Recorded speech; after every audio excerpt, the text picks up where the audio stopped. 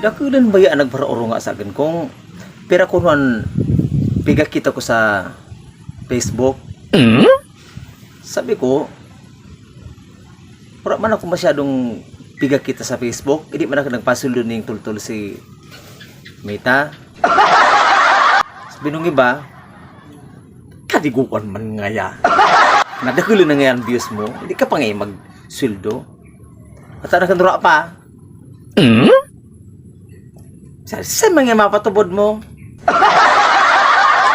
Di mala, sabi ko, para na kan monthly na nag-aabot na kan sa akin, 280,000 bulan-bulan.